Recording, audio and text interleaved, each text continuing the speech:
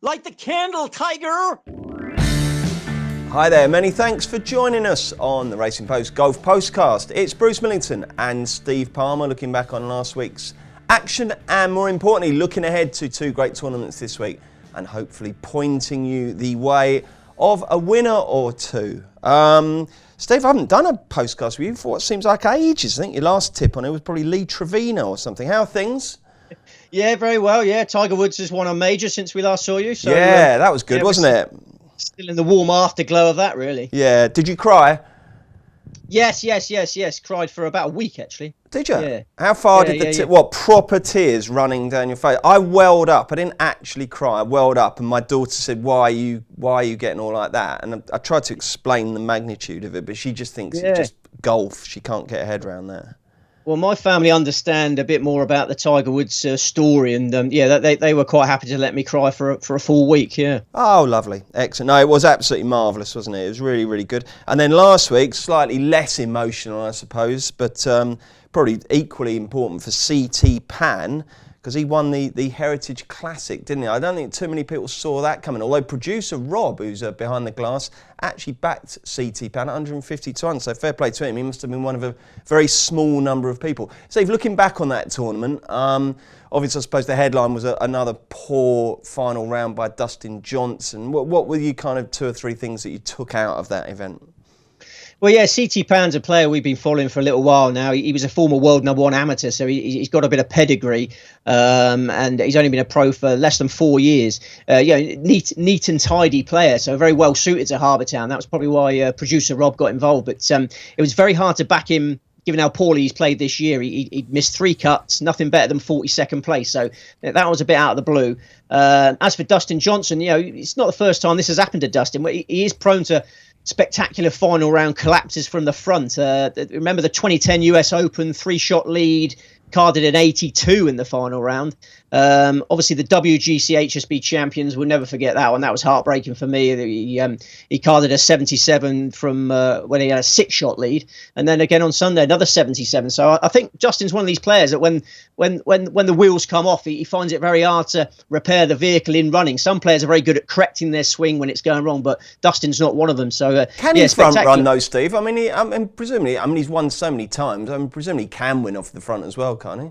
Yeah. I don't think there's a problem with him mentally. It's just on the days when he hasn't got his swing, it can go wrong. I mean, there's not many players that get in a position to lead going into the final round that often. So other players shoot 77 from a little way back and you don't notice them. But Dustin obviously has great chances most weeks he tees up. So I wouldn't be too worried about Dustin. He's probably forgotten about it already. He's a pretty carefree character. But yeah, CT Pan impressive, and then Patrick Cantlay was obviously the really heartbreaking one for us last week.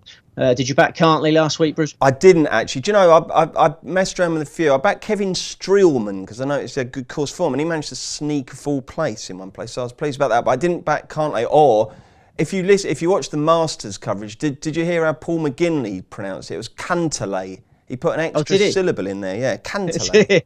Yeah, Cantlay. So I call him Cantlay now. Well, how much would? No, we're not talking about amounts, but that would have helped, would it, Steve? You were looking for a bumper payday there, were you? Yeah, Cantlay was the #1 selection, and I fancied him throughout the tournament until Pan hit that brilliant approach to the final hole. That sort of killed the tournament. But golf punting is a game of such fine margins. If Cantlay had a yard more carry on his approach to the 4th hole, the 4th hole was the key one. He shot straight at the flag. He would have had a tiny birdie putt if it had carried an extra yard, but found the greenside water hazard, made a double bogey, and then it was a very, very difficult task from there. So the margins between success and failure are way for thin in golf betting, and Cantlay finished 3rd in the end. So full each way payout, but very disappointing. And anyone else you thought, oh, he's coming onto my radar, he's beginning to play well, he's turned the corner, or anyone conversely who you've kind of thought, no, he's not for me? Well, Cantlay in defeat has actually gone up. He looks so good on Sunday. I think he's the complete player. There's no holes in his game anymore. His putting's improved. So I think Cantlay going forward, or Cantlay as Paul McGinley likes to call him, I think we need to take him very seriously. Okay, right then, let's move on to this week then. 2 tournaments. The European Tour is back after a couple of weeks off. But first of all, we'll do the American tournament. It's a tournament with a difference. It's not 72-hole stroke play. It's the Zurich Classic of New Orleans at TPC at Louisiana. I always thought this used to be a normal stroke play event. I'm sure David Toms has won this for me a couple of times, Steve. But it's not. It's all different now, isn't it? Talk us through the format first before we get onto your selections. Yeah. It used to be a standard 72-hole stroke play event, but then it's become a pairs event from 2017 onwards. So you've got 80 teams of 2. The top 35 make the halfway cut. You've got 4 balls on Thursday and Saturday, foursomes on Friday and Sunday. Although the weather forecast for Thursday is a bit dodgy, so they may have to revise the schedule. We could go into a Monday finish. But yeah, it's an interesting event. There's a lot of rubbish teams and a few good ones. How do you decide who plays with who? Is it like in the playground at school where you sort of got the captain and he picks the players and then just, the shit ones get left to be last? And, how do you actually pair up in this? Yeah, the highest ranked players pick who they want to play with, and there's a few combinations where they just pick their mates. Other combinations like this same management company. So certain pairings are very, very close, tight units. Other pairings you wonder why they are together. You don't really understand it. But who do you think's the weirdest one? Well, I haven't really thought about that. I've just thought about who's going to win the tournament. But as I say, there's lots of really, really rubbish teams who you can immediately rule out. My shortlist was incredibly short for this. There's not that many I really fancy, so I'm quietly confident with the number one choices. If I was betting on who's going to have the most fun out there, I've just noticed one here. Where is it? Boo Weekly and Colt Nost. That'll be some pairing, won't it? Yeah, they're both big characters. Yeah. They've been talking a lot of fishing in that group, won't they? They love a good fish. What about Jim Furyk and David Duval? Yeah, nice to see Double D. Nice to see Double D out there again. They'll have a reasonable amount of fun. Anyway, they're not betting on who will have most fun. They are betting on who will win, and you've got a short list of just 2 pairings. And just take us through the main ones, Steve. Yeah, only going for 2 pairings, and the number one selection is Tony Finau and Kyle Stanley. Both very calm, quiet characters. I think they're going to get on very well. And both greens in regulation machines. I mean, traditionally, TPC Louisiana, the course we're using this week, the winners of this tournament, traditionally very prominent in the greens and regulation stats. It's all about churning out GIR, all about churning out GIR, as I like to call it. Not to be confused with GIR, which is ground under repair. What's the difference? Hang on, it's very subtle. Yeah, GIR. Okay, I gotcha. Yeah. So Finau and Stanley very good at GIR, and Finau's confidence levels are through the roof at the moment. I mean, he played alongside his hero Tiger Woods in the final group of the Masters. I mean, it doesn't get any bigger than that. I mean, anything that Finau faces from here on in is going to be less intimidating than what he faced on the final day of the Masters. And he acquitted himself well. He started the final round 2 shots behind. He finished the final round 2 shots behind, finished 5th in the Masters. That was his 4th top 10 in the last 5 majors. I mean, Finau is an elite player now. His long game is magnificent. And now he's joining up with a fellow ball striking colossus, Kyle Stanley. For his entire career has been awesome from tee to green. And he finished 3rd at TPC Louisiana in the 2013 Zurich Classic. So he's proven on this course, 17 under par for the final 3 rounds that year. And Finau last year, he had Daniel Summerhays as his partner. With all due respect to Daniel Summerhays, this is a big upgrade, getting Kyle Stanley as your partner. And Finau and Summerhays finished 6th. They went into the final round 1 shot behind and then struggled in the foursomes on the final day. And this year, if they create a chance this year, Finau and Stanley will be a rock solid foursomes combo. They won't miss many greens. And Stanley's found form at the perfect time. He not had a great year, but he took the scalp of Louis Oosthuizen in the match play, then finished 21st in the Masters, 4 rounds of par or better, 5 under par for the weekend. That's his best majors performance by a mile. I think he'd take a lot of confidence from that. Stanley's played in this when it was a pairs event in 2017, and he had Ryan Ruffles as his partner. Ryan Ruffles. Ryan Ruffles was about 10 years old then. I think he's only 20 years old now. So they both played with rubbish partners and have made the cut and done well. So this time they've both got good partners. I mean, you talk about rubbish partners. With all due respect to Lexi Thompson, I know you're a big fan of the Shark Shootout, Bruce. Tony Finau played with Lexi Thompson in the 2017 Shark Shootout and finished 4th. He's playing with the only lady in the field. She's off the men's tees, and he finished 4th. The men's tees? Lexi was off the men's tees in the Sharks shootout, and with Finau, and they finished fourth. I mean, Finau and Stanley have never had a good partner in any competition like this. Now they've both got one they can rely on. And crucially, I know you love talking about balls and equipment, Bruce. Yeah. They both use Titleist Pro V1s. So in the foursomes, they're not going to have to worry about picking a ball. A lot of teams have that problem. Could be an issue in the Garcia-Fleetwood combo. Who's going to pull rank there? You both use different balls. But yeah, they'll both be using the same balls in the foursome. So yeah, I don't see any holes in Finau Stanley. Do you think they'll get on all right?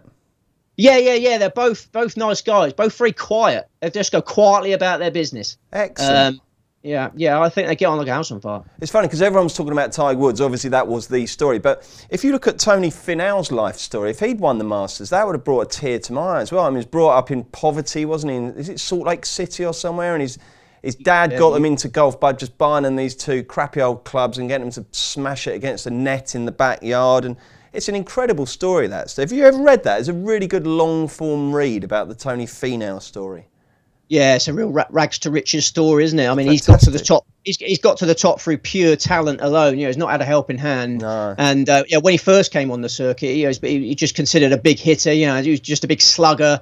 Never going to really make it. But now he's matured. He's refined his game, and as I say, he's an elite player now. Absolutely. Good luck to him. Okay, and you've gone for a couple of compatriots for your other selection, I believe. Yes, next best is Louis Oosthuizen and Charles Schwartzel. I mean, Oosthuizen been in fantastic nick for the best part of 6 months. And I think he's going to inspire his pal Schwartzel to rediscover his mojo because he's been struggling. Oosthuizen consistently performing well. 5th in the Sim Classic, 3rd in the Nedbank, runaway winner of the South African Open, 7th in the Alfred Dunhill, 4th in the Abu Dhabi Championship, 2nd in the Valspar, quarter-finalist in the match play, and then he contended for 3 rounds in the Masters. So Oosthuizen's not putting a foot wrong. He played with Brandon Grace in this event in 2017 and finished 24th. Then he joined up with Schwartzel last year. So this pairing played last year and they finished 3rd. And crucially, coming into that event, Schwartzel was in terrible nick, as he is at the moment. But joining up with his great mate Oosthuizen inspired him. Schwartzel seems to click when he's alongside Oosthuizen. So I think history's going to repeat itself again. Schwartzel's been struggling, but Oosthuizen will help him out. These two are both major champions. They've grown up playing together. They've been President's Cup teammates in the last 3 President's Cups. And they both play Titleist Pro V1, so no issues in the foursomes. Okay, we'll run through the market very quickly. These are best prices. Shop around for both, not just the best price, but also the best each-way terms, which is very important. 7-1 Jason Day and Adam Scott. It's you can get 9-1 Garcia and Fleetwood, 12-1 Patrick Reed and Cantlay, 16-1 Rahm and Ryan Palmer. That's a slightly random pairing, isn't it? How come Ryan Palmer's punching there, isn't he, as they say? Yeah, that's an odd one. I think that partnership has come about from some caddy's wager or something. The caddies were having a wager, and I can't remember the details. But yeah, Ryan Palmer got very lucky with a bet that the caddies had to get John Rahm alongside him. Crumbs. 18s Horshaw and Scott Piercy, who I believe did well last year. Well, not just did well last year, they won it last year. This is an interesting one, isn't it? 18-1 JB Holmes and Bubba Watson. I mean, that could go spectacularly well or spectacularly badly, couldn't it, Steve? Well, yeah, one for the Sherlock fans there, isn't it? Holmes and Watson. Yes, of course. Yeah. I mean, you wonder whether that's the reason they put it together, just for fun. Might have done, yeah. Well, certainly very funny. 22-1 Steve's main selection, Finau and Stanley. 25-1 Stenson and G-Mac. G-Mac's back in form, isn't he? 28-1 Oosthuizen and Schwartzel, and it's 33-1 Bar. Quick word on the Aussies at the head of the market, Steve. Does that not do it for you? That's 7-1 Day and Scott. No, I wouldn't make them favourites. I don't like those two. Day's been struggling for fitness and consistency. Scott is making his course debut. The people that are talking him up have been pointing towards their 2013 World Cup win in Melbourne, but I think that's overplayed because that was just a 72-hole stroke play event. You're basically playing on your own, and then the scores are added together at the end. So they haven't had to work together as a team before, and I don't think they'll gel particularly well. I'll tell you what, you talk about Day's fitness problems. If he ever actually gets fit, he's going to win everything by 10 shots, isn't he? I mean, he's limping around like a wounded soldier and somehow sort of contending. So presumably at some point he'll actually get some fitness, won't he? Well, he needs to go and see the back surgeon that Tiger Woods had, didn't he? And just take some time off and get his back fused, maybe. Very much so. And come back and do the business. But yeah, I wouldn't even make the Aussies favourites. I think the favourites should be Fleetwood and Garcia. There's very few negatives in their combination. They've been thrown together because they are both Zurich ambassadors. So they want to put on a good show for their sponsors. Both greens and regulation machines. Ryder Cup pals. Ryder Cup pals, and obviously Europeans have been dominating on the US tour this year in the Ryder Cup aftermath. So yeah, I give Fleetwood and Garcia a good chance. It's just they play different balls. That was the only negative I could find, and I didn't want to have three. I mean, I like to do a staking plan where you can have a decent stake on the ones you do pick, and I throw in a 9-1 chance, and it all gets a bit difficult. It's a golf ball, not a golf ball. I mean, presumably they can play their own ball for the four balls, can't they? It's only in the foursomes, isn't it? Yeah. It's only in the foursomes that it's going to be an issue, but it is an issue. I mean, I like to play with the Titleist Pro V1. If you put a Callaway soft chrome in my bag, I'm going to struggle for a few holes. So for these boys, it's fine margins, and it worked in the World Cup. Remember we backed Belgium in the World Cup. One of the reasons we backed Belgium in the World Cup last year was because they both play Callaway balls, and they play well in the foursome. So I think it is at this level more than any other level. Okay, it's very, very important. Anything else we need to know about the Zurich Classic, Steve? No, I think we've got all bases covered. Finau and Stanley to win. Oosthuizen and Schwartzel to put pressure on, and Fleetwood and Garcia will be there and thereabouts throughout. Excellent stuff. Let's move on now to the Hassan II trophy. Do you call it the Hassan II or Hassan II? I call it the Hassan II, but I couldn't be confident I'm right on that. It's the old king, very very into golf, wasn't he, Mr. Hassan? Well, no more jokes about you haven't tipped a winner since the old king died. Right then, Steve. This is a traditional tournament, isn't it? Normally, it's one of the sort of old favourites, like the one up in the mountain, Cron-sur-Sierre. By the way, we must arrange to go to Cron-sur-Sierre, mustn't we? Yeah, we do. We keep saying it, don't we? But it never happens. I suppose with the new baby coming along, it might not be this year, eh? It's on the bucket list, isn't it? Yeah, very much so. I actually bought a bucket the other day. I got an amusing anecdote. Well, it's not that amusing. I've overplayed it now. But I bought a bucket the other day in preparation for the home birth that's taking place in a few weeks' time. And the fella I was with said, "I've never bought a bucket before." And I said, "Was it on your bucket list?" And we chuckled. But you have to be there, really. I know you didn't. I like it. Although my key bit there is that I'm intrigued about the home birth. Yeah. Me too. Yeah. We're going for a home birth this time. So we get a couple of midwives come around the house and do it here rather than the hospital. So what's the thinking behind that, mate? I think the thinking is a more relaxed vibe, makes it easier for the tiger to emerge. Okay, so what happens if she waters break on a Sunday evening? You've got a big bet on, I don't know, Jordan Spieth. Is it US Open around about that time when the baby's due, isn't it? Yeah. Well, USPGA it does clashes with the USPGA, unfortunately. But yeah, that happened last time, didn't it? Grace came out during the final round of the Memorial the week before the US Open. So yeah, you were getting score flashes. Yeah, I was actually. Yeah, but no, I'll try and focus a bit better this time. Okay, matey. Right then. So it's the trophy Hassan II in Morocco. What sort of player tends to do well in it, Steve? Well, the Royal Golf Dar Es Salam, bit of a mouthful, been used since 2016 onwards. Designed by Robert Trent Jones, tree-line track, Kikuyu fairways, 7,632 yards. So this is a difficult course. The winning score has been 9 under par or worse the last 3 years. The 17th hole has been extended this year to 286 yards. That's a par 3, 286 yards par 3. What? So yeah. That's downhill and downwind you'd hope, wouldn't you? Yeah, a couple of drivers for you, isn't it, that, Bruce? This course is no pushover. So the players that haven't played an event for a while might be quite off to a slow start because they haven't had a regulation European Tour event for ages, have they? No, quite. Now I'm looking at the four winners since the course moved to this since the event moved to this track. Is it Richard Ramsey? Isn't it, the Scottish fella? Richie Ramsey, yeah. Richie Ramsey was 80 to 1. Well, in that case, we've made a mistake in the Racing Post because it says here. Anyway, we'll gloss over that. 2016, someone Wang beat Nacho Alvaro in a playoff. Eduardo Molinari won at 150 to 1 2 years ago, and then Alex Levy at 25 to 1 beat Quiroz last year. So I've noticed the first 4 last year, their first name all began with A. I don't know if there's anything in that. But what I'm basically, the trend is, Steve, a lot of players at big prices were dominating these ones. So it's a tricky old event, isn't it? Yeah. Big prices have won, and even though the course is very long, it hasn't been won by big hitters. So, but I think you need a combination of hitting it long and straight. Ideally, it's a bit like the Zurich GIR is the key stat. Finding safe passage to the green is difficult. Well, let's quickly spin through the market and then tell us who you fancy. So, Juice Loughton is the 16 to 1 favourite. It's 25 to 1 bar one. That tells you what a head scratch this is. Campillo's 25 to 1, Jordan Smith 25 to 1, Zanotti, Levy, Suri, Andy Sullivan, he's 25 to 1. The 28 to 1 shots at Elvira, Eric Van Rooyen, 30 to 1, Victor Dubuisson, could he come back to form? 35 to 1, Paul Dunn, and then Bedouizenhout and Detry are 40s, along with Kitayama and Tom Lewis, and then it's 50 bar. So, a real tough one, this. Steve, you have not been as sparing with your darts as you are in the other tournament here, are you? It's not quite scattergun, but I think you need to have a few pot shots at this, don't you?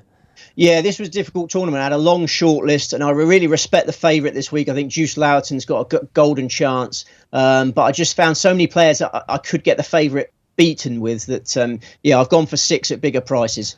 Go on then, spin through them.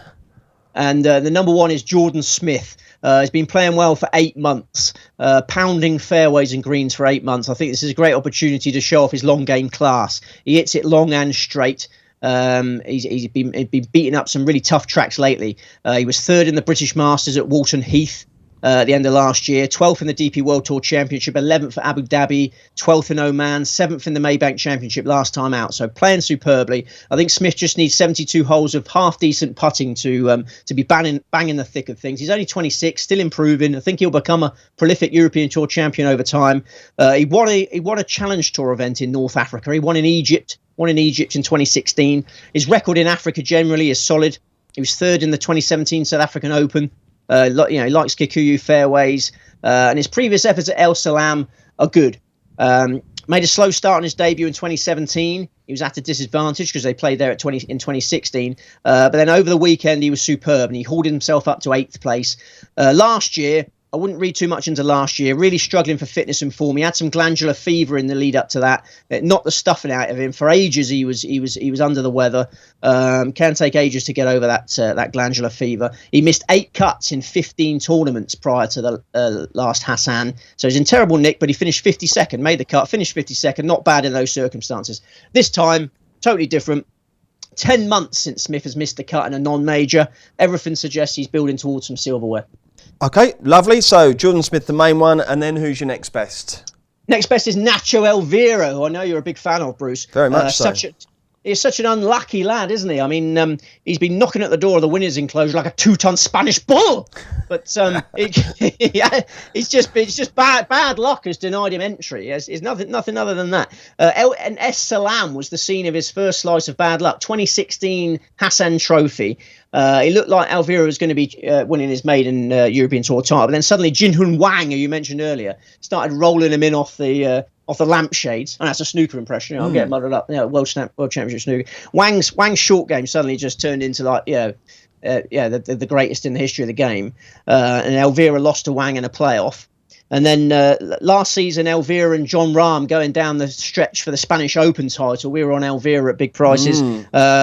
Closing 2 holes, Rahm edged him. And then in the Maybank Championship a month ago, Elvira was beaten in a playoff again by Scott Hend. And in the first extra hole of that playoff, Hend hit his drive, smack against a tree, and it rebounded into the fairway, and he went on to make birdie and beat Elvira in the playoff. So Elvira's just so unlucky. No, but you haven't even mentioned the unluckiest thing, the thunder. Well, the thunderclap was really unlucky, but it didn't affect him in the end, did it? Because he made the birdie when they come back out. Yeah, the thunderclap was terribly bad. Like, I mean, the European Tour obviously very, very ashamed of that one, weren't they? Because they took down all evidence of that from their websites because they shouldn't be out there playing in thunder. But yeah, Elvira, for listeners who don't realise, Elvira was going up the final hole with a chance to win on his backswing. When it right on his backswing, the thunderclap goes, puts him off, and he's well short with his wedge approach. But yeah, they went off for the thunder. He came back out and held a monster putt. Heroic effort, beating his chest. It looked like name on the trophy stuff. And then again, he's done by Scott Henn, who hit the tree, comes rebounding into the fairway, and he makes. But I think Elvira is the unluckiest player on the planet. He's finished second, and sixth in his last 3 European Tour events, and he's proven he can win at this level. He's won 4 times at the Challenge Tour. This could be the week he finally gets his rewards. Well, let's hope so. And talking about snooker very quickly, Steve, who have you backed for Crucible glory? Or are you just sticking to golf these days? You'll be very impressed that I haven't had a bet. I mean, I did look at it long and hard, and I thought Neil Robertson at 5-1 was my. Funny enough, I thought he was the most ridiculously short price. But anyway, we're getting off track. But I'm delighted to hear that the disciplined Steve only bets on the stuff he's confident about. And are you confident about your other 4 selections, Steve? Give us a very quick line on each of them. Well, there's 8 each way places with a couple of firms this week. So yeah, we have 6, and there's 8 each way places. You've got every chance. So yeah, another 4. Romain Langasque. I'm a big fan of Romain Langasque. Brilliant French youngster. Won on the Challenge Tour in September. Great record in Africa. Quickly built a very good record in Africa. 2nd in the 2016 Kenya Open, 5th in the 2016 Egyptian Challenge, 11th in the 2017 Joburg Open, 3rd in the 2017 Mauritius Open, 2nd in the 2018 South African Open, and 6th in the Kenya Open last time out, where he topped the greens and regulation statistics. He got a big GUR test this week, and he topped the GUR stats in Kenya last time out. So that's a huge clue. Langasque finished 22nd at Es Salam last year, despite starting the event ranked outside the top 450 in the world. So he's a nobody last year. He's come on leaps and bounds and should go very well. Christian Bezuidenhout is another maiden with a big chance. Improving South African youngster, obviously comfortable in these conditions, Kikuyu fairways, etc. He's won on the Sunshine Tour and he's in great form. 2nd in the Qatar Masters last month. Followed up with 9th in Kenya, 4th in India, tied with Langasque for 22nd spot last year. At his world ranking, Bezuidenhout's world ranking was 567th. So Langasque and Bezuidenhout both did very well last year, despite being very lowly in the rankings.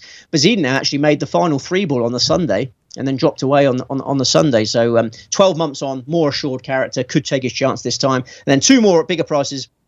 Both called Adrian, actually. Well, we talked about people doing well last year whose name began with A, didn't we? So this could be crucial, couldn't it? Oh, well, there you go. Yeah, that factor it in. Adrian Otaegui. Like for Elvira, Morocco is a very short hop from their home, their Spanish home. I mean, a lot of people think Morocco, Africa, must be miles from Spain. No, it's not. If you ever go down to Costa del Sol or Gibraltar, it's amazing how close it is. You can get a little ferry across the way there, can't you? Otaegui has won 2 match play events in the European Tour. This is a good chance for a stroke play success because he's a steady player, finds a lot of GUR. He's finished 19th in the Hassan last year, closed with a 69. And then the last one is Adrien Sadier. Looks like he's found something in his game. Form figures of 31, 27 and 17 from his last 3 tournaments. Finished like a train in Kenya. Really good weekend in Kenya last time out. He's won on the Challenge Tour. He's only 26 years old. Good record in Africa. Finished 16th in the 2016 Hassan Trophy, despite being ranked outside the world's top 1,300. So big clue there. This course suits. Could make a mockery of a massive price.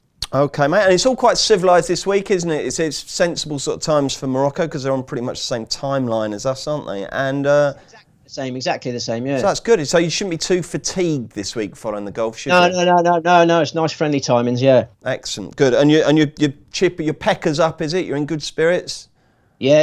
I always try and keep my pecker up, yeah. Excellent. And where are your optimism levels this week? 0 being you've got no chance, 10 every one of your tips will fill the first 4.